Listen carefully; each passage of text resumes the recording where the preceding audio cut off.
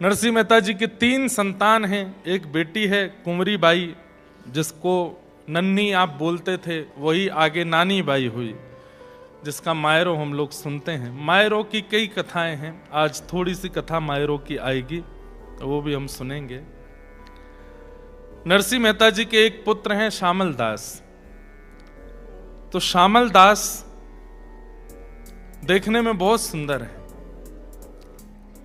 आज की कथा जैसी विश्राम हुई, सब लोग उठ करके जाने लगे, लेकिन एक तो श्यामल दास नहीं उठा और एक पीछे एक व्यक्ति नया नया बैठा था, वो भी नहीं उठा। नरसिंह मेहता बोले, मैं अपने श्रोताओं को जानता हूं, पर ये मैंने पहली बार देखा, कौन हो भैया? तब उन्होंने हाथ जोड़ करके कहा, बोले मैं बड़नगर से आया हूं, मेरा नाम दीक्षित है।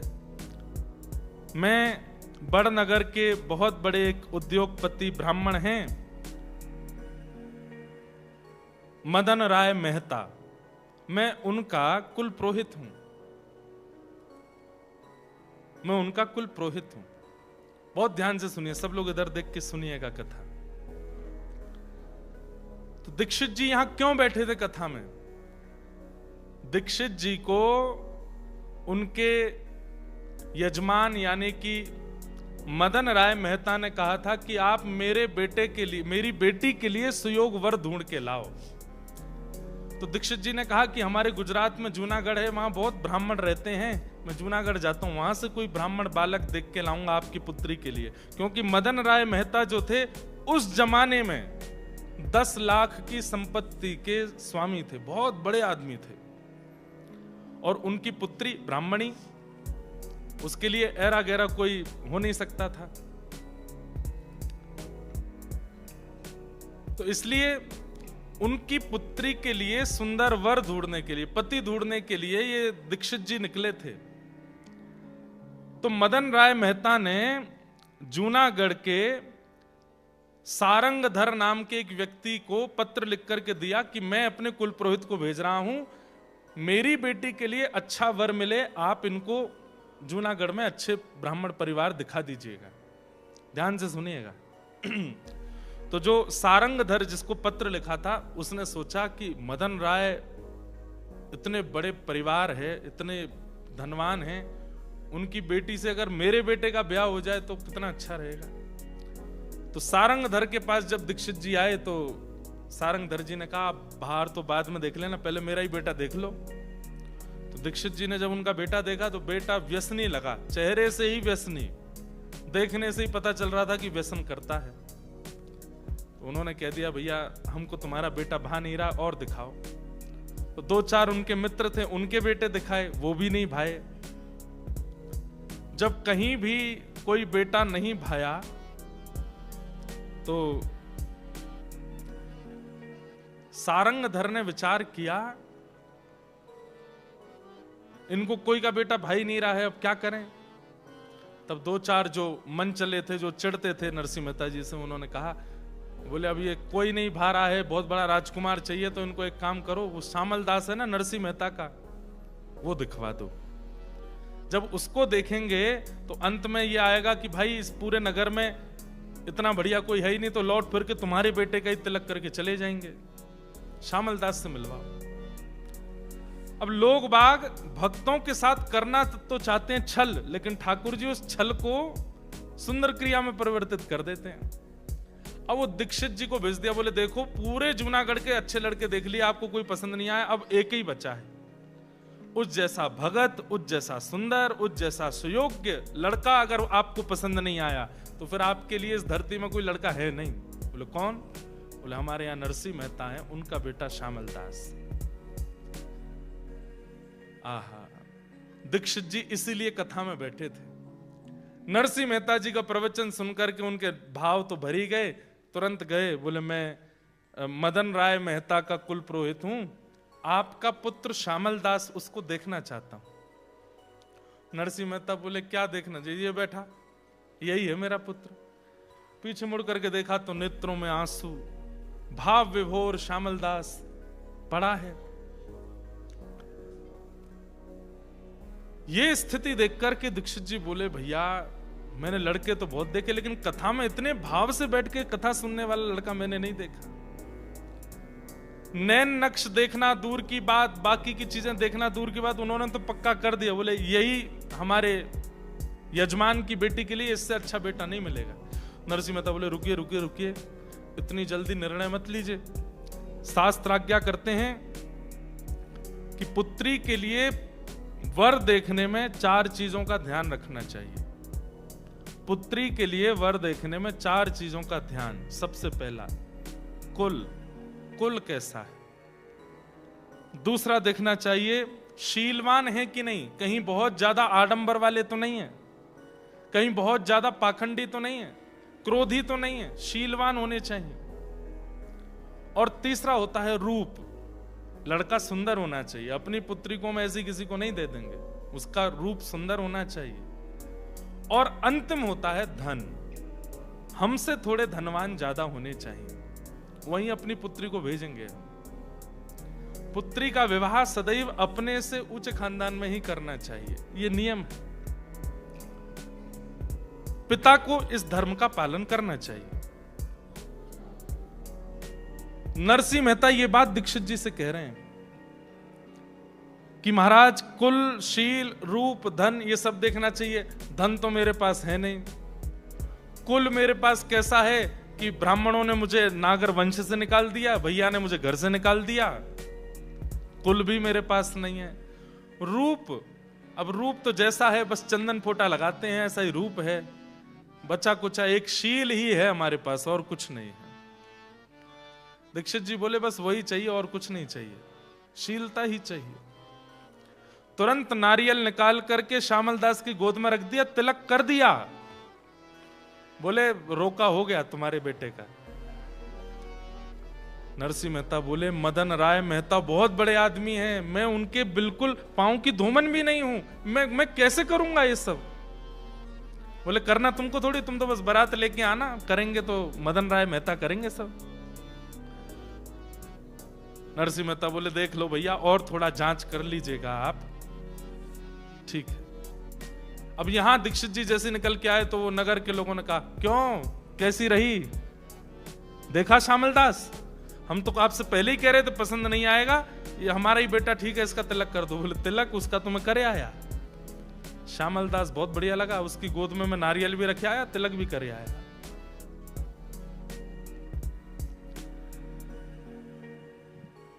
सब नरसिंह मेहता से चिढ़ने वाले सोचने लगे हम करना तो कुछ और चाहते हैं, हो कुछ और कैसे जाता है।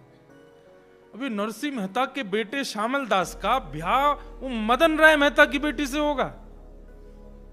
सब लोग बोले अरे मदन राय की बेटी से, अरे नरसिंह बारात भी नहीं लेके जा पाएगा ऐसी, अरे कितना बड़ा आदमी है वो, उसको जब पता चलेगी नरसिंह कैसा आदमी है तो क्या वो कहां अपनी बेटी का ब्याह करेगा। लेकिन उन मन चले लोगों का मन माना नहीं, बोले ये दीक्षित कुल पुरोहित है, इसकी बात मदन राय मेहता काटेगा नहीं, हम क्या करें। तो उन्होंने पत्र लिख दिया, मदन राय मेहता जी हम जूनागढ़ के फलाने फलाने व्यक्ति हैं, आपके कुल पुरोहित ने गलत लड़के का चयन करके तिलक कर दिया है, श्यामल दास तो ऐसा है, उसके पिता ऐसे हैं, ताल कूटा मंजीरा बजाते रहते हैं, पूरे दिन कीर्तन करते हैं, खान पीन का कोई इनका ठिकाना नहीं। आपकी कुल की बेटी ऐसे घर में आवेगी, हम तो जूनागढ़ के निवासी हैं, हमारे यहां के सबसे नीचे घर में आपकी बेटी आवे, ये हमसे देखा नहीं जाएगा। और पता नहीं कैसे वो पत्र दीक्षित जी से पहले पहुंच गया मदन राय मेहता के पास। सुनिएगा सब लोग। अब उसने जैसी पत्र खोल करके देखा तो जूनागढ़ से पत्र आया है, नरसिंह मेहता का पूरा बायोडाटा था उसमें, खाने को कुछ नहीं है, परिवार ने घर से निकाल दिया, नागर ब्राह्मणों ने भी निकाल दिया, घुंघरू पहन करके घूमता है, ताल कूटता रहता है, ऐसे का बेटा श्यामल दास कुछ करता धरता है नहीं, उससे अपनी बेटी का ब्याह कर रहे हो।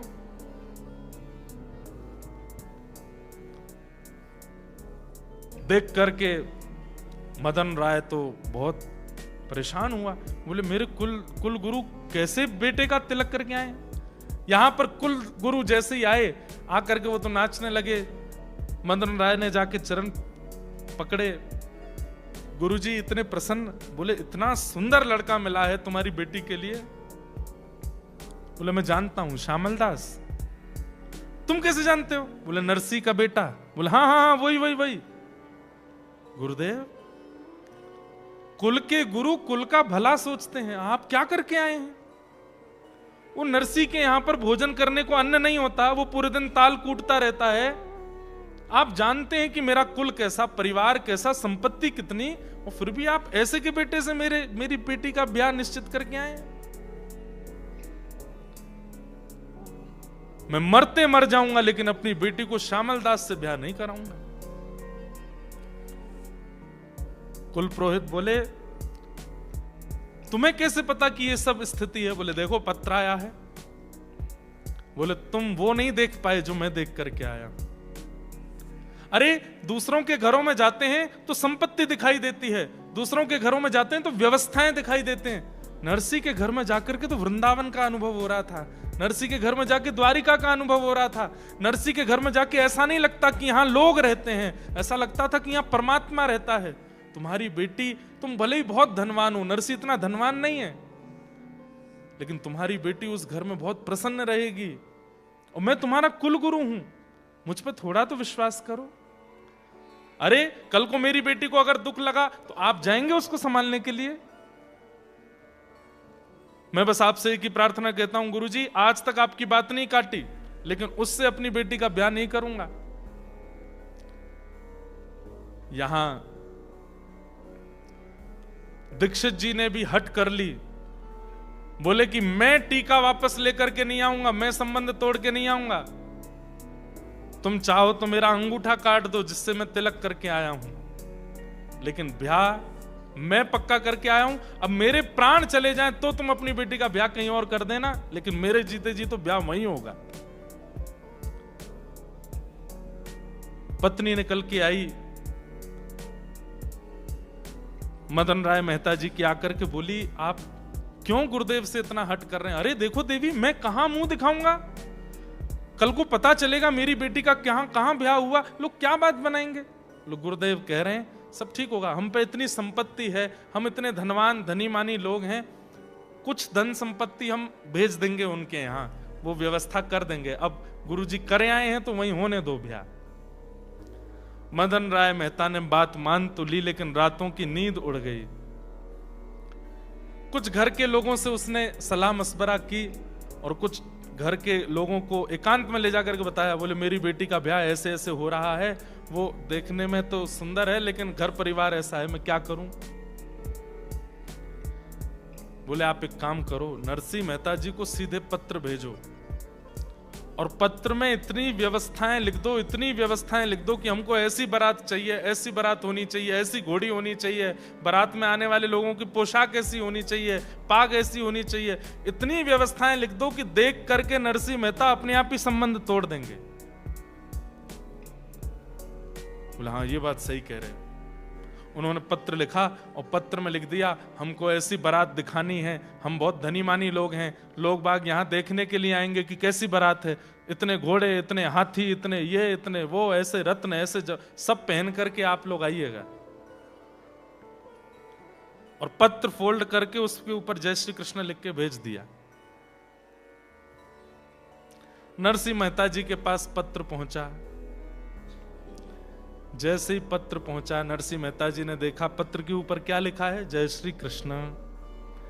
तुरंत देखकर अरे अरे तो ठाकुर जी का पत्र है, दूसरे का पत्र पढ़ना नहीं चाहिए। मैं दूसरे का पत्र नहीं पढ़ता। जय जय आपका पत्र है, आप पढ़ो। पत्र जाके वो अनओपन्ड पत्र, वो फोल्डेड पत्र ही धर दे, देखा ही नहीं। खड़े खड़े ठाकुर जी के नरसी देख तो ले, घोड़े कितने हैं, ये हाथी कहां से आएंगे इतने।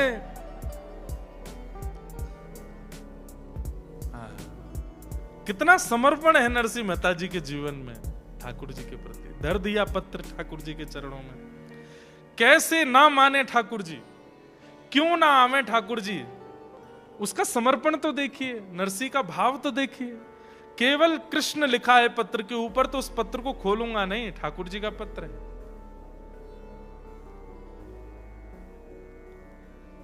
नरसिंह मेहता जी की पत्नी को ठाकुर जी ने स्वप्न दिया, और स्वप्न में ठाकुर जी ने संकेत किया कि मेरे चरणों में एक पत्र रखा, उसको खोल के पढ़ लो।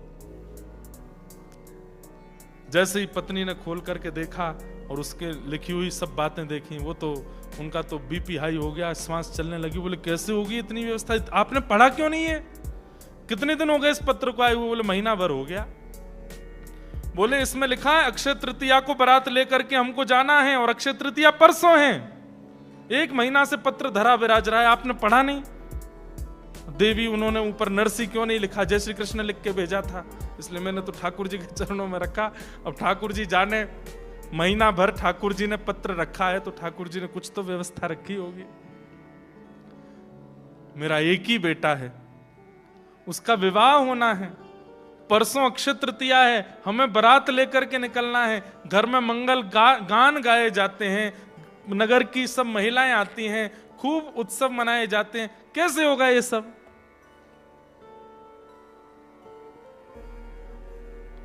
लाज रखो गिरधारी, मोरी लाज रखो गिरधारी, मोरी लाज रखो गिरधारी, मोरी लाज रखो गिरधारी।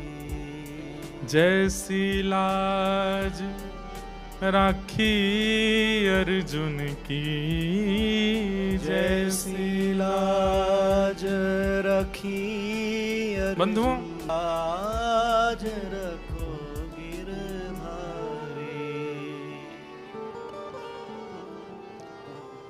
सूरदास जी कह रहे हैं कि भैया ये नाए सुन रहे, किशोरी जी की शरण में जाओ। हमारे व्रज में एक और सूरदास हुए, उन्होंने ठाकुर जी का खूब भजन किया, तो ठाकुर जी प्रकट हो गए और प्रकट होकर के बोले अब मैं तुम्हारे सामने आ गया हूं बाबा, अब भजन करना बंद कर दो, अब मैं आ गया हूं, मेरे चरणन में प्रणाम कर ले। तो सूरदास जी बोले आप अकेले क्यों आए हो, किशोरी जी को संग लेकर के क्यों नहीं आए? ठाकुर जी बोले तुम तो अंधे हो, तुमको कैसे पता कि मेरे साथ किशोरी जी नहीं आई? बोले मैं अभी तक भी अंधा ही हूं, इसलिए यह प्रमाण होता है कि अकेले आप आए हो। किशोरी जी आई होती तो आते ही आंख दे दी होती उन्होंने। किशोरी जी इतनी देर अंधा नहीं रहने देती मुझे। तो ठाकुर जी बोले अच्छा, तो फिर लगी शर्त, अभी किशोरी जी को बुलाऊं, अगर उनने आकर के बिना पूछे आंख नहीं दी तो बाबा तू हार जाएगा, फिर जो कहूंगा सो करना पड़ेगा। सूरदास जो थे वो बोले तो लगी शर्त ठाकुर जी किशोरी जी को बुलाओ, और उनने आते ही बिना बात किए बिना कछु पूछे यदि नेत्र दे दिए और आप हार गए तो आपको भी मेरी बात माननी पड़ेगी। बोले कहा जीवन भर मेरे नेत्रन के आगे रहना पड़ेगा। ठाकुर जी बोले ठीक है, शर्त लगी। तुरंत किशोरी जी को आह्वान की हो, राधे राधे करुणामयी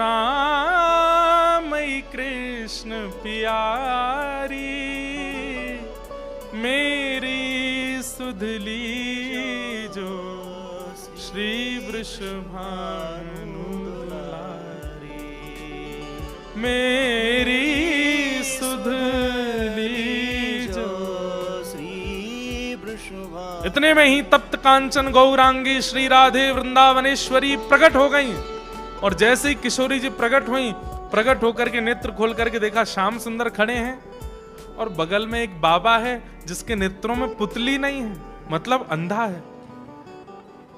ठाकुर जी बोले और श्यामाजू आप कहां ते आई हो इतना विलंब लगाए के? किशोर जी बोली बाद में बात करेंगे।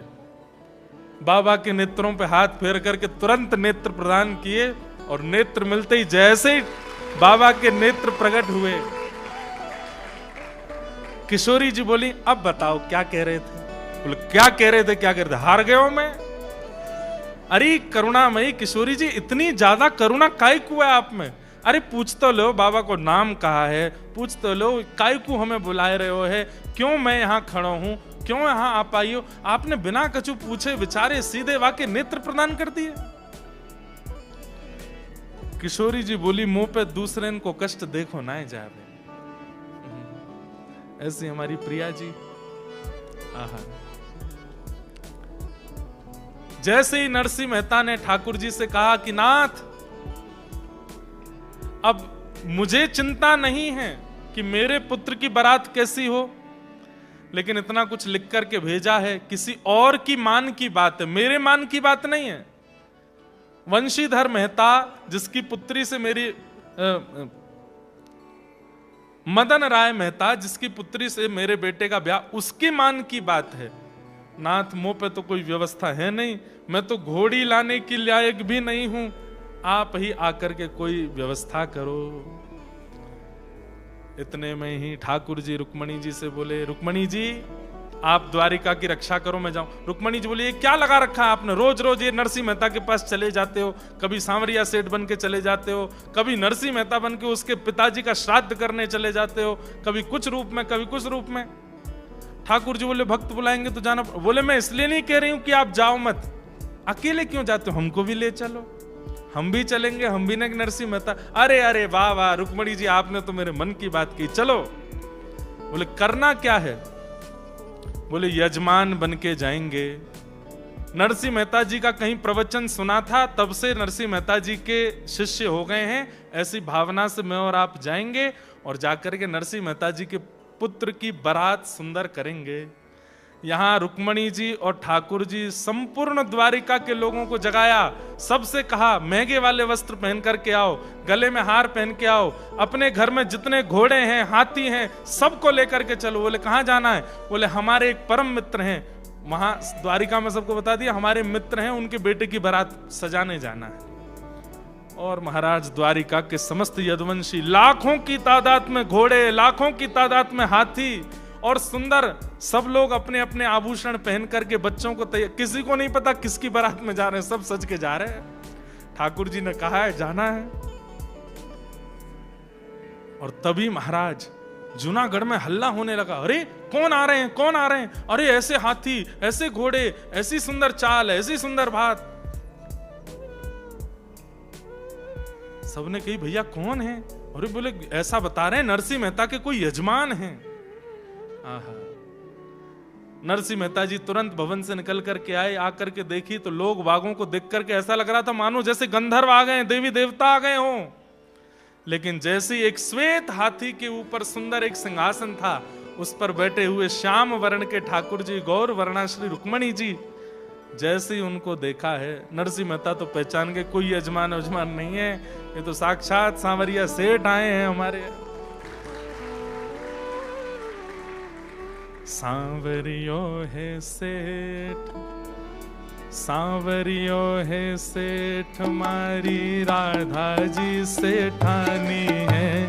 सांवरियो है सेठ, सांवरियो है सेठ, मारी राधा जी सेठानी है। सांवरियो है सेठ, सांवरियो है सेठ, मारी राधा जी सेठानी है, ये सारी दुनिया जाने है।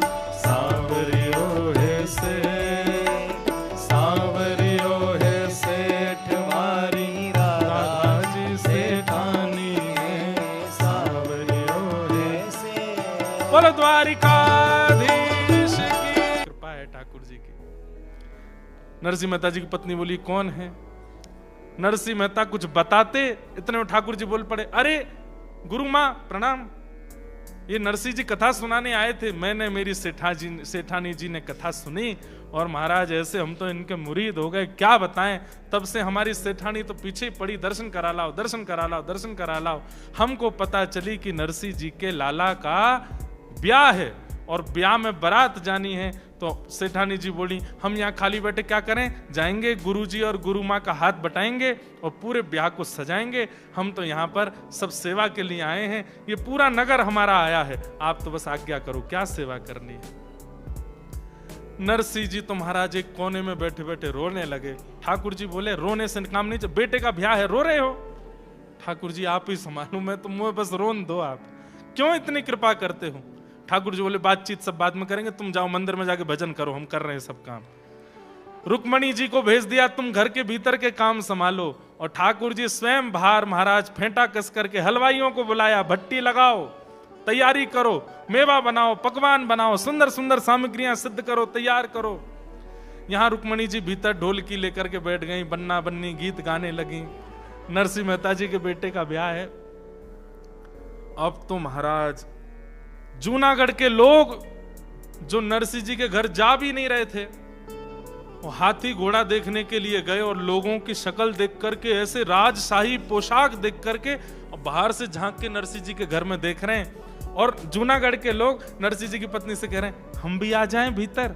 अरे आओ आओ, क्यों नहीं आओगे। देखते ही देखते पूरा जूनागढ़ पहुंच गया। नरसिंह जी केवल रोए जा रहे हैं। जिन्होंने मुझे कभी अपना नहीं माना, आज वो सब मेरे गले में गलवैयां दे रहे हैं, सब मेरे घर में आके कीर्तन कर रहे हैं, सब आकर के इतना उत्साहवर्धन कर रहे हैं।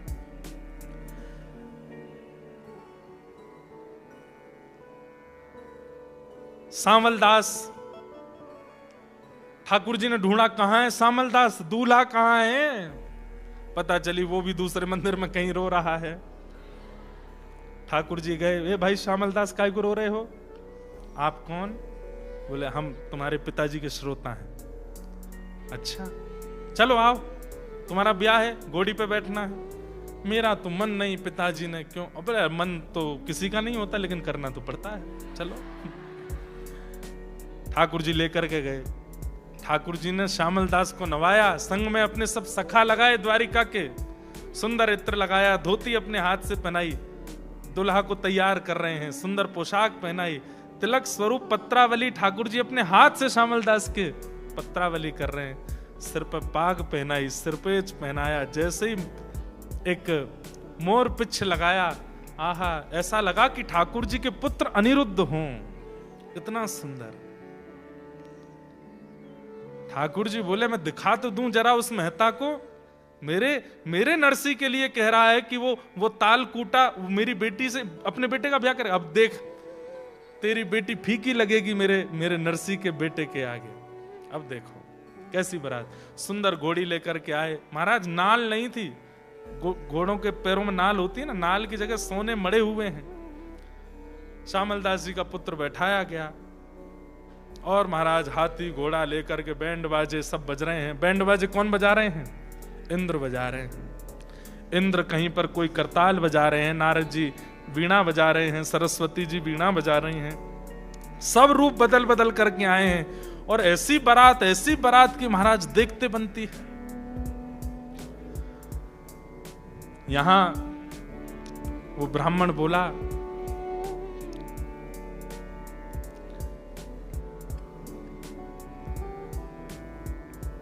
मदन राय मेहता ने अपने कुल पुरोहित जी को बुलाया, दीक्षित जी कल अक्षय तृतीया है और कल बारात आनी है, मुझे दूर दूर तक कोई आश्चर्य तो लग नहीं रहा है कि बारात आने वाली होगी।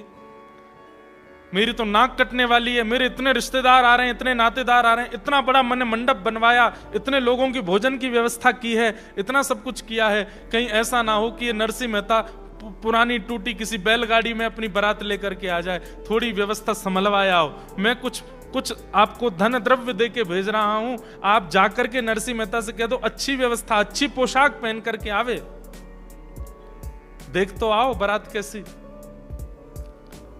दीक्षित जी बोले ठीक है जाता हूं। ये तो निकले जूनागढ़ की ओर, तब देखे तो थोड़ी दूर जाते ही महाराज वहां तो बैंड बाजे बज रहे हैं, खूब जोर जोर से उछल उछल करके बड़े देव जैसे दिखने वाले, गंधर्व जैसे दिखने वाले लोग नृत्य कर रहे हैं। दीक्षित जी को भी लगा ये तो कोई बड़े धनी मानी की बारात होगी, नरसिंह की कहां होगी। निकलने लगे बीच में से, बोले भैया मुझे चलते चलते 2 घंटा हो गए, ये बारात पूरी नहीं हो रही है, किसकी बारात है। एक से पूछा भाई कौन की बारात है, इतना पूरा रोड घेर करके चल रहे हैं, इतनी जोर जोर से नाच रहे हैं और इतने सुंदर सुंदर सब लग रहे हैं, किसकी बारात है। बोले नरसिंह जी की बारात है। दूसरा बोला नरसिंह जी नहीं, नरसिंह जी के बेटे की बारात है। तो दीक्षित जी एक बार तो सोचे, नरसिंह, बोले हाँ, अच्छा कोई सेठ नरसिंह होगा, उसके बेटे की बारात, अपना नरसिंह तो ऐसा नहीं हो सकता, उसके तो बेटे की घोड़ी ऐसी होगी जैसे बिल्कुल अंतिम क्षण चल रहा हो। श्यामल दास की बारात पूरी होते ही घोड़ी परम पद को प्राप्त होगी। वो तो ऐसी बारात होगी, वो ऐसी कहां हो सकती है? कौन नरसी है? कहां का नरसी? बोले जूनागढ़ के हैं नरसी। जूनागढ़ में एक और कोई होगा नरसी। बोले पूरा नाम क्या है? बोले नरसी मेहता। बोले नरसी मेहता? उसके बेटे का नाम श्यामल दास है क्या? बोले हाँ हाँ वही श्यामल दास। बोले वो तालकूटा नरसी मेहता? बोले हाँ हाँ वही वही जो कीर्तन करते हैं। बोले उसके बेटे की बारात है? बोले हाँ जी हम उसी बारात में आए। वो तुम क्या लगते हो उनके बेटे के? बोले ये नहीं पता लगते क्या, हम तो बस आए हैं, हम तो बस आए हैं, हमारे सेठ जी ने हमको आज्ञा की कि चलना है तो हम तो बस आए हैं। दीक्षित जी बोले पहले तो लग रहा था कि वहां की व्यवस्था जाके मैं नरसी मेहता को बता दूं कि भाई मां इतनी व्यवस्था है, थोड़े उसके हिसाब से आना। अब लगता है उल्टा करना पड़ेगा, ये व्यवस्था उसको बतानी पड़ेगी। एक पहाड़ी के ऊपर चढ़ के थोड़ी दूर तक तो दीक्षित जी देखते रहे कैसी बारात कैसी बारात, और बारात देख करके, घोड़े देख करके, हाथी देख करके, और दूर चले आ रहे नरसी मेहता के पुत्र श्यामल दास को देख करके तो दीक्षित जी मोहित हो गए। कितने सुंदर, बिल्कुल ठाकुर जी के पुत्र अनिरुद्ध की तरह लग रहे हैं।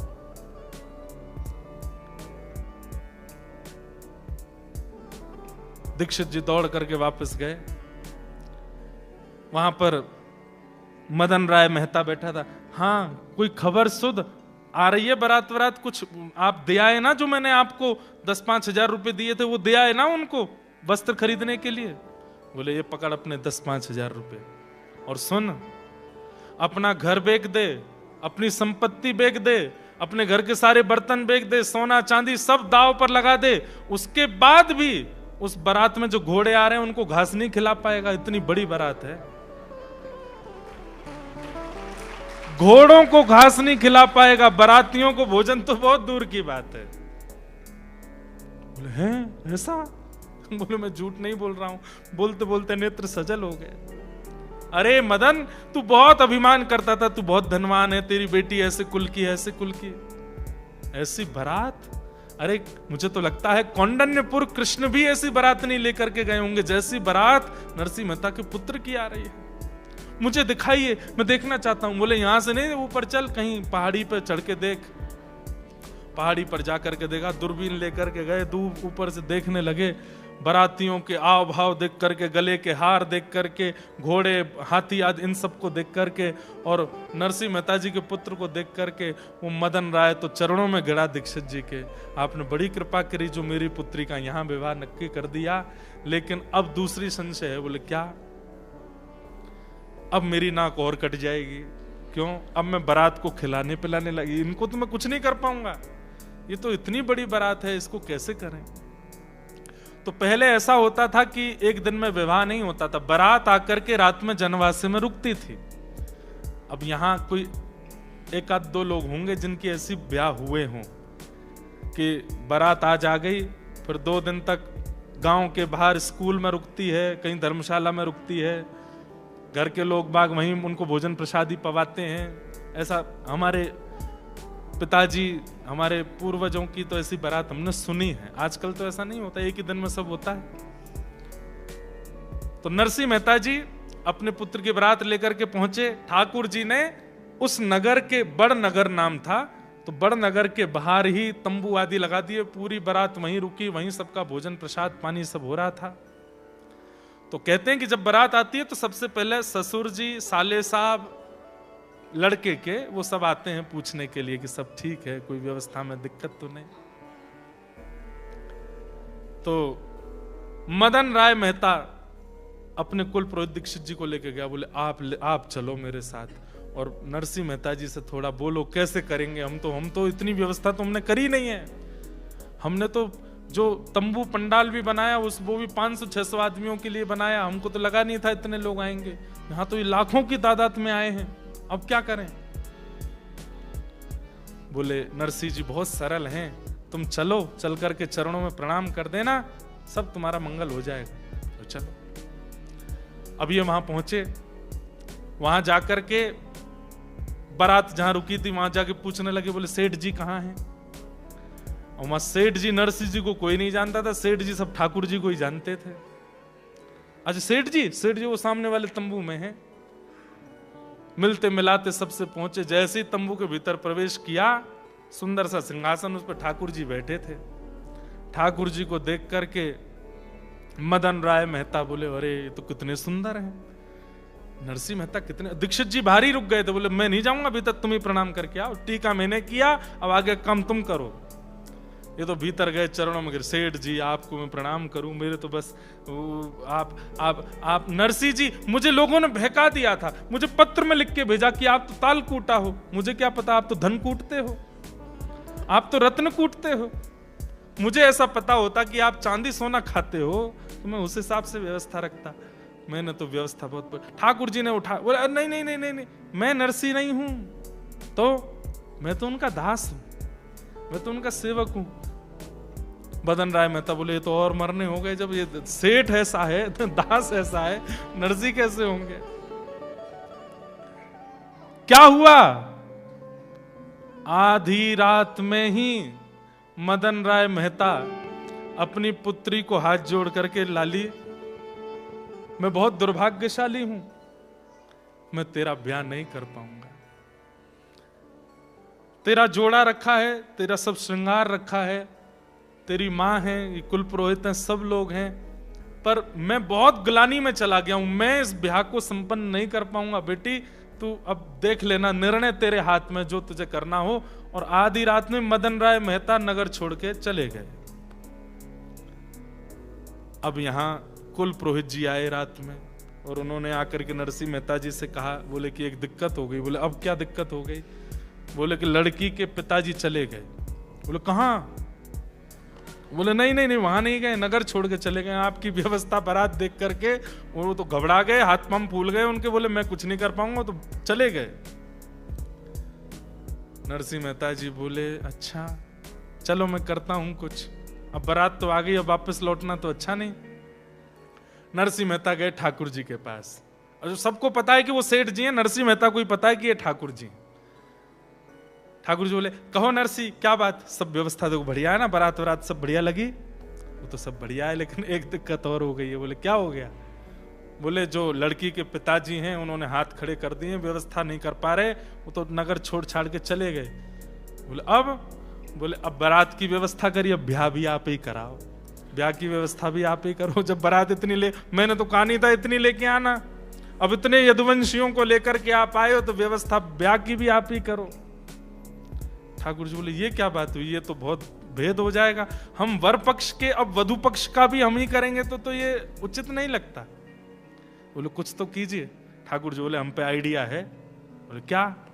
तुरंत नेत्र बंद करके बलराम जी को बुलाया, वो दाऊ दादा जल्दी आओ, अकेले नहीं आना, भाभी जी को संग लाना। तुरंत दाऊ दादा आए, वहां से रेवती मैया भी द्वारिका से आई। अब सोचिए ये नरसिंह मेहता के पुत्र का ब्याह है। दाऊ दादा आए, कहो कन्हैया कैसे बुलायो। दाऊ दादा एक सौभाग्य आपको देनो है। बोले काय को सौभाग्य। बोले कन्यादान करोगे। बोले कैसो कन्यादान। पूरी बात बताई, और बात बता करके कहे कि अब आपको ये सौभाग्य मिलेगा कि श्यामल दास की होने वाली पत्नी, उसके आप पिता और मां के रूप में अब आप विराजो और कन्यादान करो। दाऊ दादा के तो नेत्र सजल है। बोले हाँ लाला, एक भक्त की बहू को कन्यादान हमको करवे को मिलेगा, ये सौभाग्य है। ठाकुर जी बोले कन्यादान ही नहीं करना है, व्यवस्था भी पूरी आपको ही करनी है, साज श्रृंगार मंडप आदि भी सब आपको ही बनाना है। दाऊ दादा विनोद में बोल गए, लाला है तो बड़ो चतुर, लड़का वारे लेवे तो वह पक्ष में खुद चलोगे, और जहां देनो पड़े वहां हमको खड़ो कर रहे हो। ठाकुर जी बोले अच्छी बात है ना, घर ते घर में ही आ जाएगो, एक ही घर में है, खा बुराई है, चलो। और महाराज श्री नरसिंह मेहता जी के पुत्र का विवाह हुआ, जहां वर पक्ष के प्रधान हैं श्री ठाकुर जी और वधु पक्ष के प्रधान हैं श्री बलराम जी महाराज। और श्यामल दास का विवाह ठाकुर जी ने कराया, सब देखते रह गए, देखने वाले उस विवाह को भूल नहीं पाए। ऐसा अद्भुत विवाह ठाकुर जी ने वहां पर सिद्ध कराया। विदाई के समय रुक्मणी आदि वैसे ही रो रही हैं जैसे घर की कन्याएं रोती हैं, घर की माताएं रोती, ऐसा विवाह हुआ। पूरे विवाह में एक एक व्यवस्था ठाकुर जी ने और श्री दाऊ दादा ने संभाली और श्यामल दास का विवाह करके लाए, उसकी बहू को लेकर के जूनागढ़ में विराजमान करके और सब द्वारिका को प्रस्थान कर गए। बोलो